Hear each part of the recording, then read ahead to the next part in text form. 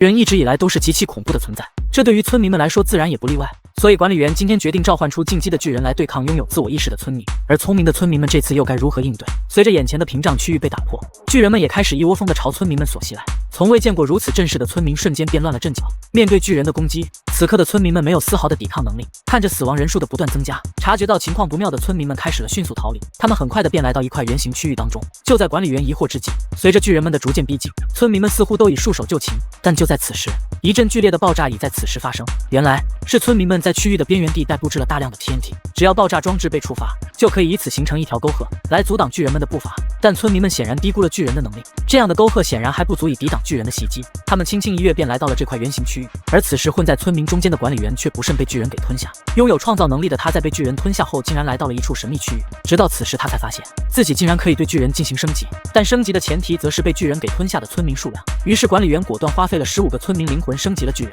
回到主世界的管理员对此也是十分的满意。此时的他已经拥有了全新的自定义技能，可以用其强大的咬合力咬穿任何东西。同时管理员也注意到自己仅有5分钟的使用时间，所以管理员决定立刻向村民们发起攻击。但也在这段时间里，村民们建起了一座巨大的高墙，准备用以防御。但管理员利用巨人的攀爬能力，轻松地便爬上了高墙。面对惊慌失措的村民，管理员开始了疯狂的攻击。面对巨人所带来的恐惧，此刻的村民们只能争先恐后地开始逃离。但就在管理员高兴之际，反应过来的村民竟然建造了大炮进行反击，同时还有配备武器的村民小队进行交叉攻击。管理员也在第一时间上前摧毁大炮。面对村民们的强大火力，他决定继续对村民们发动袭击，但也因此管理员遭到重创。同时看到自己所剩不多的时间，管理员决定先暂时逃离。恢复正常状态的他也在此时注意到了新的能力，原来这可以随时打开前往神秘区域的通道。但管理员突然想起，想要升级下一形态的巨人则需要50个村民灵魂，但此时的管理员仅有27个，所以他必须想办法继续收集。突然一旁已经死去的村民守卫尸体便引起了管理员的注意，于是管理员决定换上守卫的衣服，混入其中来寻找机会。同时他发现此刻城镇中的守卫都在进行着不同的战斗训练。混在其中的管理员在此时发现，村民们竟然研制出了一种新型武器。经过村民中尉的介绍才得知，这可以使他们在有建筑物的地方飞来飞去，以此来寻找机会靠近巨人的脖子进行攻击。对此管理员感到十分的好奇，于是他迫不及待地便开始了尝试。没想到果然如此，利用这一装备竟真的可以在建筑之间飞来飞去。很快村民守卫们便都熟练掌握了这件装备。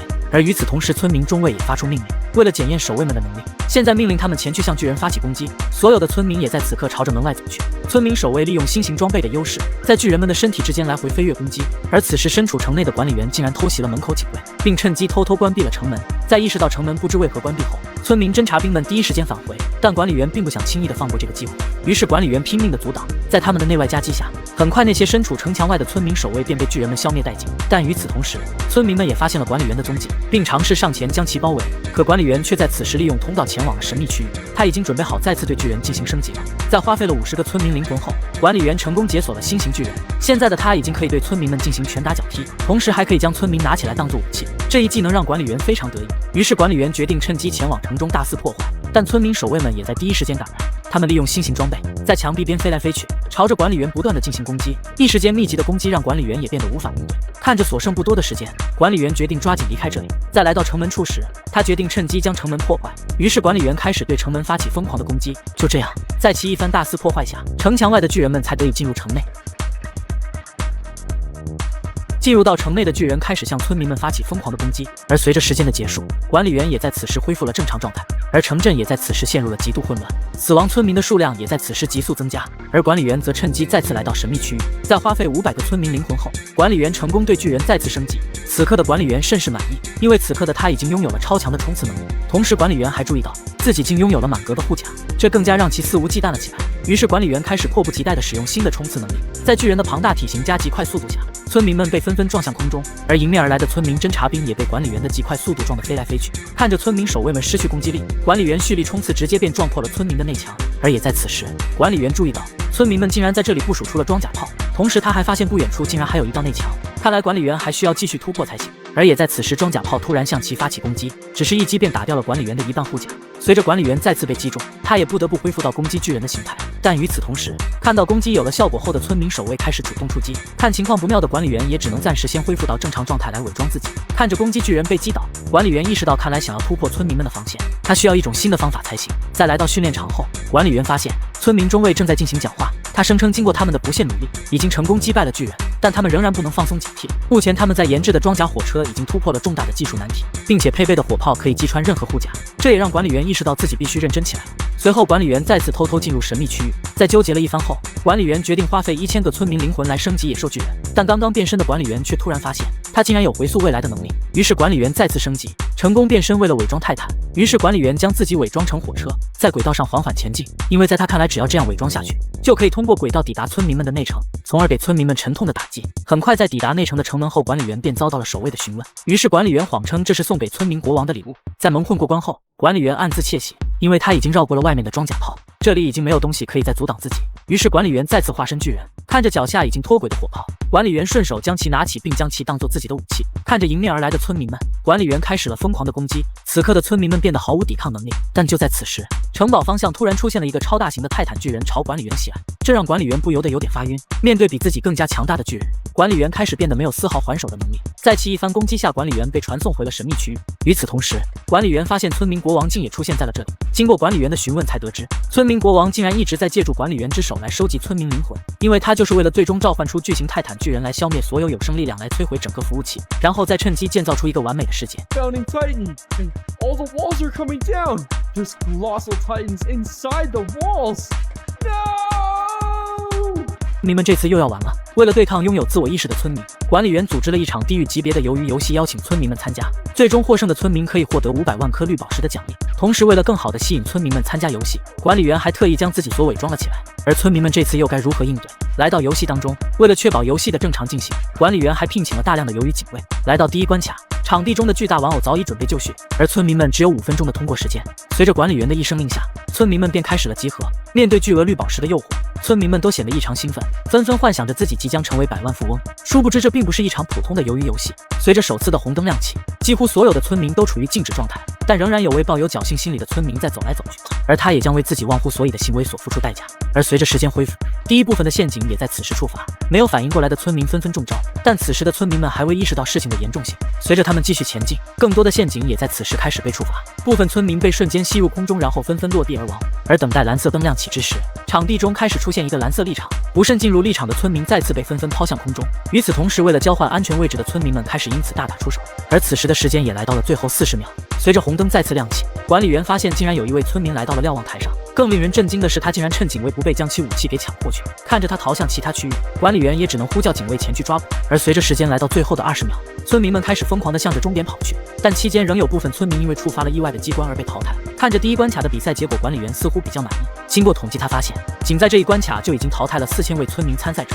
但也在此时，管理员发现刚刚被派去前往抓捕逃跑者的警卫竟都愣在了原地。无奈管理员只能亲自前去寻找他的踪迹。而在走廊，管理员发现村民的衣服竟出现在了这里，看来他似乎就躲在这个仓库之中。而随着管理员深入探索，灯光突然在此时熄灭，躲起来的村民也在此时出现，并向其发起攻击。好在警卫们及时赶到，管理员这才得以腾出手来继续准备游戏。原来这一切都要从管理员研究出被诅咒的绿宝石开始说起。管理员穿着时髦的西装，在村庄当中大量的放置这些被诅咒的绿宝石。而村民们在发现这一情况后，他们开始偷偷的拾取，而也因此村民们贪婪的欲望被逐渐放大。慢慢的，村庄内部开始因为绿宝石的争夺而发起纷争。同时借此机会，管理员找到了村庄中的一位村民，并向其发出了游戏的邀请。回到游戏中，警卫在此时报告，他们在宿舍中抓到了那位逃跑的村民。看逃跑无望的他，竟然试图让所有的村民发起投票来结束游戏。听到消息的管理员第一时间便赶到了这里。此时的村民们已然分成了2个派系，一方想要尽快结束游戏，一方则想要获取奖励。他们开始因此爆发激烈的争吵。见此情况的管理员也只能让村民们发起投票。村民们一一上前做出自己的决定，很快两方的票数便来到了持平。此时最后一位玩家的选择成为了至关重要的决定，而果然如管理员所料，这位村民最终还是没有战胜自己内心的贪婪，最终选择了继续游戏。而管理员也在此时开启了第2关卡，在这里村民们必须选择一个形状的饼干，然后用竹签将它们给完整扣下来，限时10分钟，规定时间内没有完成或损坏的将会被直接淘汰。因为一旦饼干的形状被损坏，魔法怪物就会被释放，而这些不太幸运的村民就会因此被淘汰。与此同时，村民们开始放慢自己的速度，但即使是这样紧张的氛围，还是使得大量的村民们被淘汰。但就在此时，管理员却发现了倒地的警卫。原来一位村民在发现饼干的秘密后，故意的将里面的怪物给放了出来，再利用怪物将守在门口的警卫所解决。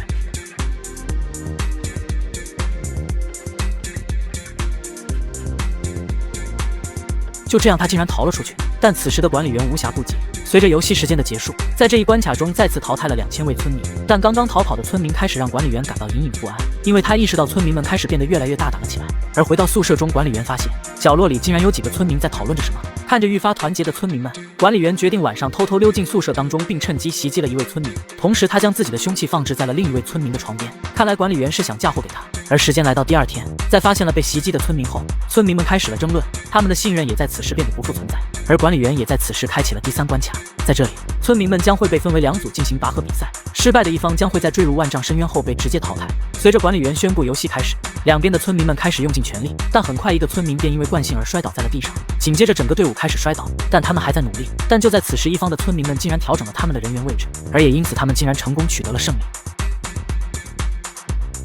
来到第2轮，现在的村民们在吸取到前者的经验后，纷纷在上场前调整好了自己的人员位置，他们意识变得不相上下。但在此时，想要打开局面的一方村民们竟开始脱下衣服，然后利用衣服来增加对绳子的摩擦力，而这一方法也果然奏效，而对方的队伍也很快便坠入深渊之中被淘汰，很快便来到了最后一轮。目前看起来有一方的村民们已经完全放弃了比赛，他们任由对方用力拉扯，最终被对方直接淘汰。而管理员也在此时开启了下一关卡——玻璃栈桥。同时，为了增加难度，管理员还设置了巨大的风扇来制造干扰气流，而村民们也在此时纷纷进入到这一关卡。一些勇敢的村民们开始身先士卒的跳跃，此时一位村民竟然凭借运气连续跨越了好几格的距离，但最终还是不幸失足坠入到了深渊当中。同时，村民们也在此时紧随其后，但身处于最前方的村民此时却开始了犹豫，他开始分析面前的玻璃，在经过其一番思考后，没想到他竟然真的选对了。见情况不妙的管理员也在此时开启了风力系统，大量没有任何准备的村民被吹入到了深渊当中，仅存的一些村民开始在原地停滞不前。但就在此时，管理员的控制屏幕却突然被损坏。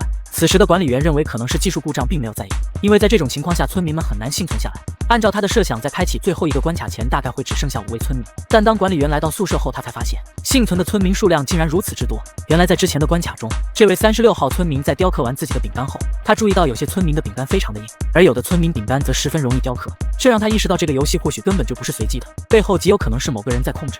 于是他将自己的想法分享给了其他村民。